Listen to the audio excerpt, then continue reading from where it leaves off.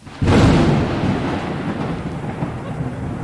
আসছে, সে আসছে, সে আমাদের কাউকে ছাড়বে না। এই গ্রামের কেউ বাঁচতে পারবে না। সে সে কাউকে ছাড়বে না। ঘটনা শুরু করার আগে দর্শক বন্ধুদের ভালোবাসা ও সহযোগিতা একান্তভাবে কাম্য করি। একটি লাইক ও চ্যানেলটি সাবস্ক্রাইব করে পাশে থাকার অনুরোধ রাখলাম। শুরু করছি হাড় হিম করা একটি সত্যি ভূতের গল্প। ঘটনাটি বরিশালের ছোট্ট একটি গ্রামের আমার এক নিকট আত্মীয়ের কাছে শোনা।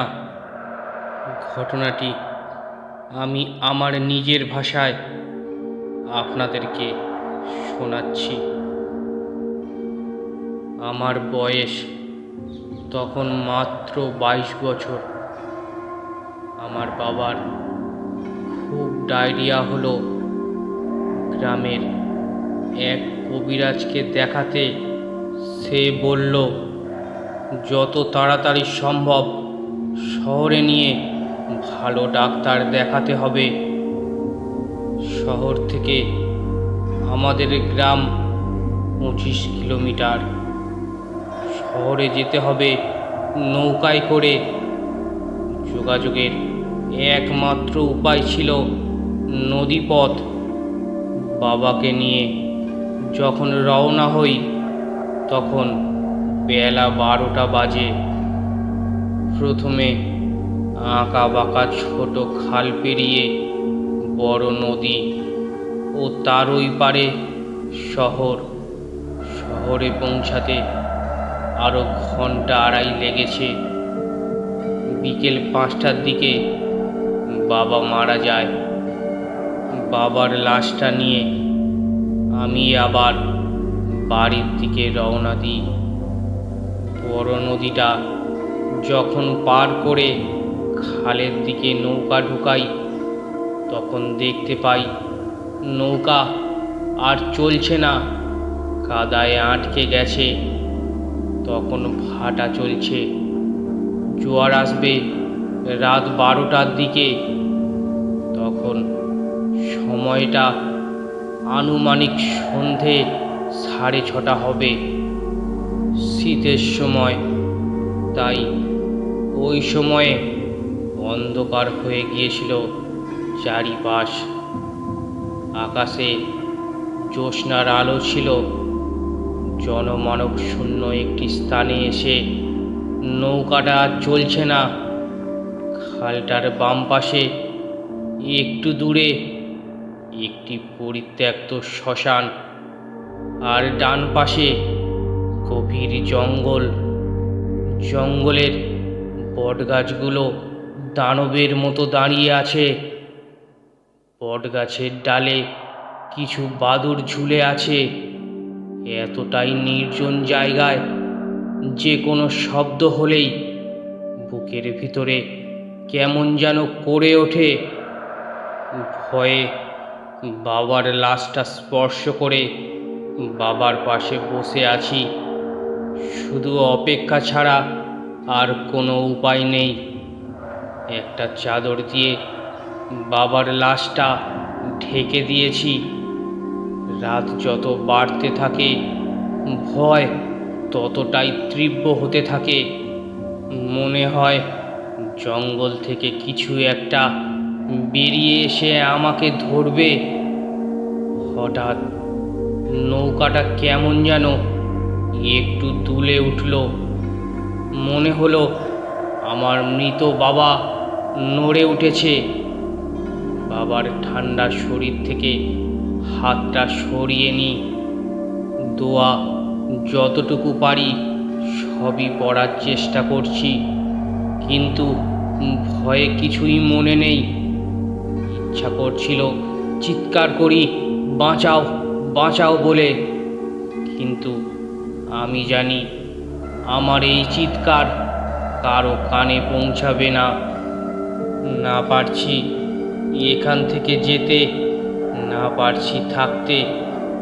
নিজের মৃত বাবাকেও ভয় করছে। আনুমানিক রাত 11টার দিকে একটা মানুষ বটগাছের আড়াল থেকে বেরিয়ে আমাদের নৌকার কাছে আসলো। আমাকে জিজ্ঞেস করলো, তুমি কি ওই দিকে যাবে? লোকটি একটা চাদর গায়ে জড়িয়ে আছে ও তার মুখটা চাদরে ঢাকা ছিল। লোকটি ইশারায় যেই দিকে দেখালো ওই দিকেই আমরা যাচ্ছি। লোকটিকে বললাম, জোয়ার আসলে যাব। লোকটি নৌকায় উঠল ও বাবার কাছে বসলো, কিন্তু বাবার সম্পর্কে কিছুই জিজ্ঞাসা করলো না। এক দৃষ্টিতে বাবার লাশটার দিকে চেয়েছিল। রাত 12টার দিকে জোয়ার আসলে আমি নৌকাটা চালাতে শুরু করি। নৌকা যত সামনের দিকে যাচ্ছে ততই একটা গন্ধ নাকে লাগছে। ধীরে ধীরে গন্ধের তীব্রতা বাড়তে থাকে।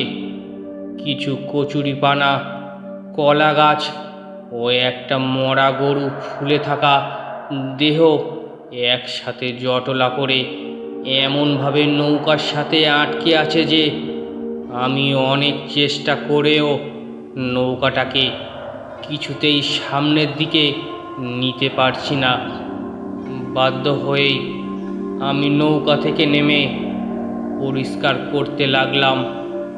5 মিনিট পরিষ্কার করার পর যখন নৌকার উপরে উঠি তখন যা দেখলাম, বুকের ভিতর কেমন যেন করে উঠল। দেখি লোকটা বাবার বুকের কাছে বসে বাবার বুকের ভিতর হাত ঢুকিয়ে দিয়ে কলিজাটা বের করে নিয়েছে।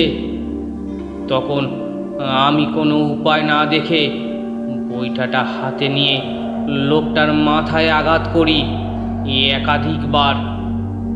লোকটা আমার দিকে যখন ঘোরে তখন ঠিক গলার মাঝখানে বৈঠাটা ঢুকিয়ে দিই। এতে লোকটা পানিতে পড়ে যায়। আমি পানিতে খুব জোরে জোরে বৈঠা দিয়ে আঘাত করি ও চিৎকার করি, সাহস থাকলে সামনে আয়। চাঁদের আলোতে লোকটার রক্ত মাখা লোমশ হাতটা দেখেছিলাম। বড় বড় নখ ও কোঠরে ঢোকানো চোখের নীল আভা মনে পড়লে বুকটা শুকিয়ে যায়। দাঁতগুলো লালচে, খুব ছোট ছোট, তীক্ষ্ণ আর ধারালো।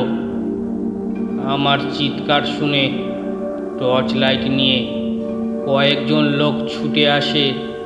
তাদের সব খুলে বলি। সব কিছু শুনে তারা বাবার লাশটার দিকে দেখে। তখনও বাবার বুকে ছোপ ছোপ রক্তের ছাপ আর বুকের মাঝখান চেরা। ওই রাতটা ছিল আমার জীবনের সবচেয়ে ভয়ঙ্কর রাত, যে রাতের কথা আমি কখনো ভুলতে পারবো না। গল্পটি একটি সত্যি ঘটনা। কেমন লাগলো অবশ্যই কমেন্টে জানাবেন, আর ভালো লাগলে চ্যানেলটি সাবস্ক্রাইব করে নেবেন। ধন্যবাদ।